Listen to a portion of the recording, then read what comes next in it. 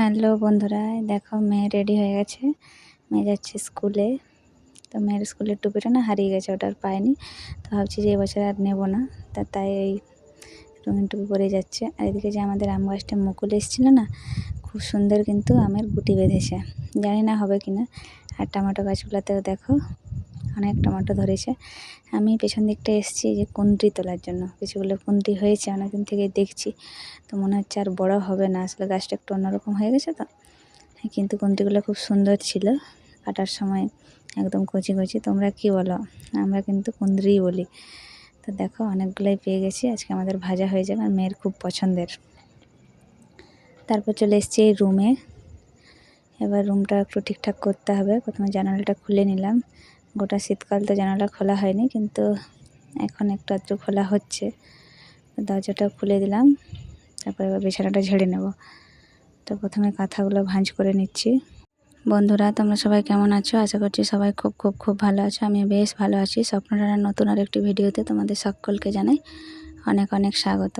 তোমার সাথে গল্প করতে করতে আমার কাঁথা দুটো ভাঁজ করা মোটামুটি হয়ে গেল। এরপর চলো মশারিটা গুছিয়ে নিই। মশারিটা না টাঙাতেই হয়, কারণ রাত্রিবেলা অনেক মশা না থাকলেও যে একটা দুটো থাকে, সেগুলো কানের গোড়াতে ভোঁ ভোঁ করতে থাকে, তো একদম ঘুম আসে না। তো তার জন্য মশারিটা টাঙিয়েই থাকি। গ্রীষ্মকালে ওই গরমের মধ্যেও মশারি টাঙাতে হয়। দু একদিন যখন প্রচণ্ড গরম থাকে তখনই এক দুদিন হয়তো টাঙাই না, নাহলে বেশিরভাগ দিনই টাঙাতে হয়। কারণ এর আগের বছর তো টাঙিয়েছি, এবছর জানি না কি হবে। তো একটা চেয়ার নিয়ে এসেছি, সেই চেয়ারের ওপরে সমস্ত কাঁথা বালিশগুলো রেখে তারপর বেডশিটটা ঝেড়ে নেব। আমার ভিডিও তোমাদের কেমন লাগছে অবশ্যই আমাকে কমেন্ট করে জানিও। আর যদি ভালো লেগে থাকে তারা লাইক কমেন্ট শেয়ার করে দিও। আর অবশ্যই আমার চ্যানেলটিকে সাবস্ক্রাইব করে আমার পাশে থেকো।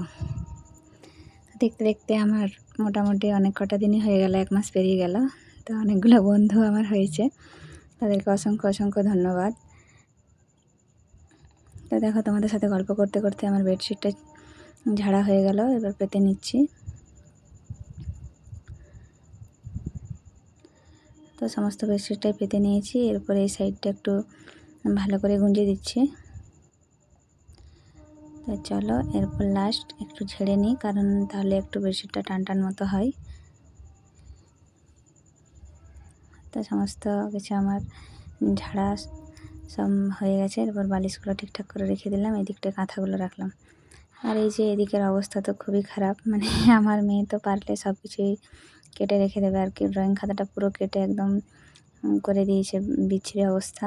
তারপরে এই ড্রেসিং টেবিলের ওপরে যা সমস্ত জিনিসপত্র রয়েছে সেগুলো একটু মুছে মুছে নিচ্ছি হালকা করে।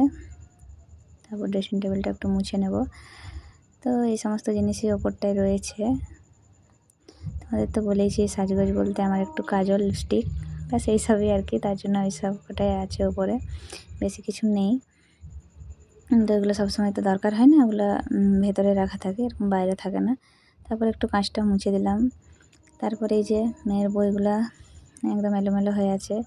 আসলে স্কুলে গেলে তখন গুছিয়ে মানে রুটিন গুছিয়েছি, তো এলোমেলো হয়ে গেছে। আর এই যে একটা বই দিয়েছে মেয়েকে, তো সারা বছর স্কুলে যা কিছু হয়েছে সেগুলোর ছবি দেওয়া আছে, সেগুলোই তোমাদের সাথে একটু শেয়ার করলাম।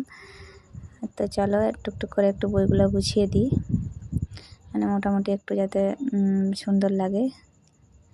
মেয়ে আসলেই তো সব আবার টানাটানি করবে, তবুও একটু গোছাতে তো হবেই। তো সমস্ত ঘরটা আমার গোছানো হয়ে গেছে। ওদিকে রান্নাঘরে গুছিয়ে নিয়েছি, স্ল্যাব ট্ল্যাব মুছে দিয়েছি, গ্যাস মুছে দিয়েছি, এদিকে ডাইনিংটাও ঠিকঠাক করে নিয়েছি। তারপর চলে এসেছি ঝাড়ু হাতে। ওপরের রুম ঝাড়ু দেওয়া আমার কমপ্লিট। এরপরে এই সমস্ত রুমগুলো ঝাড়ু দিয়ে মুছে নেব। তো ঝাড়ু মোছা আমার সমস্ত হয়ে গেছে। এদিকে রান্না চাপিয়ে দিয়েছি, এদিকে হচ্ছে ভাত, এদিকে করছি কুঁদরি ভাজা, আর নিম আমার আগেই হয়ে গেছে। তো চলো রান্নাবান্নাটা করে নিই। এদিকে মাছের মশলা কষছি আলু টমেটো দিয়ে, কারণ আজকে মাছটা হবে আলু দিয়ে ঝোল। আজকের রান্নাবান্না এসবই, কুঁদরি ভাজা, তারপর বেগুন আর টমেটো পোড়া, শাক ভাজা, নিম, আর এদিকে মাছের ঝোল, ব্যাস। তো অনেকক্ষণ পর আবার ফিরে এলাম, খাওয়া দাওয়া করে একটু শুয়েছিলাম। তো সন্ধ্যাবেলা চলে এসেছি ছাদে। তো দেখো বাইরের দৃশ্য, তো এদিকে অন্ধকার অন্ধকার হয়ে গেছে।